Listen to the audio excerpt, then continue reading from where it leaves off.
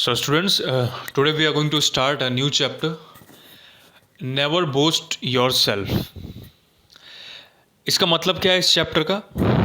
कभी भी हमें बड़ी बड़ी बातें या डींगे नहीं मारनी चाहिए. बोस्ट का मतलब होता है डींग मारना, बड़ी बड़ी बातें कहना, झूठी प्रशंसा करना या खुद पर झूठा गर्व करना. तो ये हमें कभी भी नहीं करना चाहिए. तो इसी पर बेस्ड एक ये स्टोरी है. तो let's start.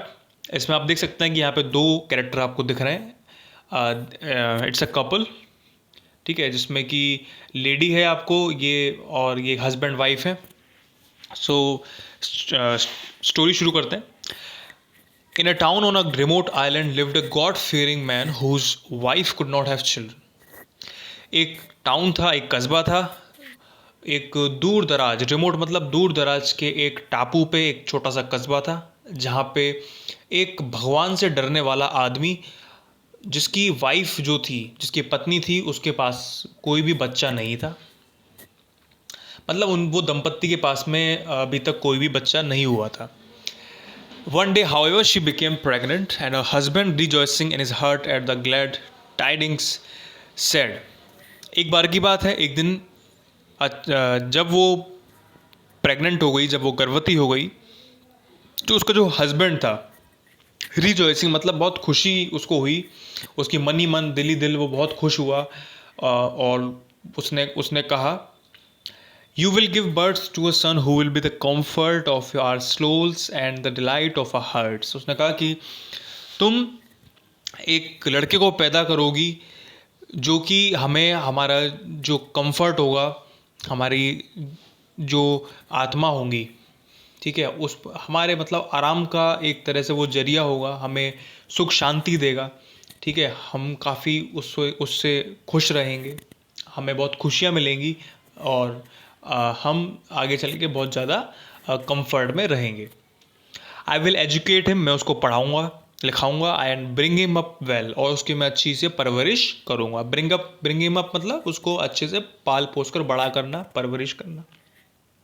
And he shall inherit my good name, और वो जो मेरा नाम होगा वो उसको इनहेरिट करेगा, मतलब वो मेरा जो नाम होगा उसको आगे बढ़ाएगा.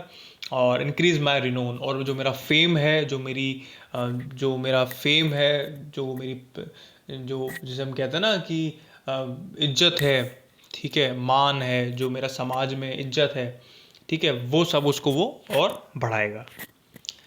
दस spoke the happy potential father. तो ये जो जो वो आदमी था वो बहुत खुश होकर पोटेंशियल फादर ऐसा बोला. बट इज वाइफ रिप्लाई, लेकिन उसकी जो पत्नी थी उसने बोला, तो उसने उत्तर दिया, यू स्पीक फुलिश वर्ड्स, तुम बिल्कुल मूर्खों वाली बातें करते हो. For the future is unknown to you, क्योंकि जो तुम्हें भविष्य है वो तुम्हें पता ही नहीं है कि भविष्य में क्या होगा.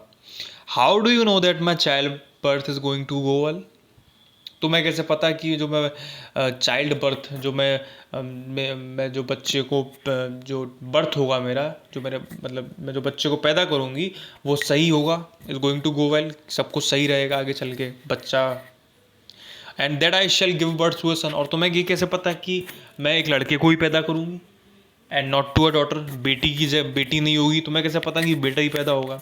And that the child is going to live long, और तुम्हें कैसे पता कि जो लड़का होगा या जो भी बच्चा होगा वो उसकी बहुत लंबी उम्र रहेगी. तुम्हें कैसे पता कि वो लंबे समय तक जिएगा. And that it is going to be robust and healthy, और वो जो होगा वो काफ़ी ज़्यादा बलवान, हष्ट पुष्ट होगा, हेल्थी होगा. ये सब तुम्हें कैसे पता. You should not have spoken such idle words and boasted. तुम्हें ये सब बड़ी बड़ी डींगे और ये ऊंची ऊंची बातें, इस तरह की भाषा नहीं बोलनी चाहिए. But left everything to God, और सब कुछ भगवान के हाथ में छोड़ देना चाहिए. हु कंट्रोल्स आवर डेस्टिनी, जिसके हाथ में हमारा भाग्य है, जो हमारे भाग्य को कंट्रोल करता है. It may befall you as it once befall a certain dervish. ये तुम्हें भी उस तरह से नीचे गिरा देगा जैसे कि उसने एक बार एक डरविश को, एक जो भिखारी है, जो बैगर है, उसको गिराया था. ठीक है, तो वो when a husband asked her what had happened to that dervish, तो पूछता है उसका जो पति होता है कि क्या हुआ था उस डरविश के साथ में. She told him the following tale. तो अब वो क्या करती है, अब वो जो डरविश के बारे में वो उसको टेल मतलब कहानी उसके बारे में बताती है, ठीक है। There was once a dervish in the service of a king. एक बार की बात है, एक राजा था और उसकी सर्विस में जब वो राजा राज करता था तो वहाँ पर एक दरविश, एक भिखारी रहता था। The king use to give, जो किंग था वो उसको अक्सर दिया करता था। क्या दिया करता था? So this is a part first of the video. Students, I hope कि इतना आपको समझ में आया है। आप भी सिर्फ इसी को दोबारा से रीड करिए, दोबारा से वीडियो को देखिए, वॉच करिए, जिससे कि अभी तक जो भी हमने पढ़ा है उसको आप अच्छी तरह से दोबारा से उसको ग्रैस्प कर सकें। Okay, so for the remaining part will continue in the second video.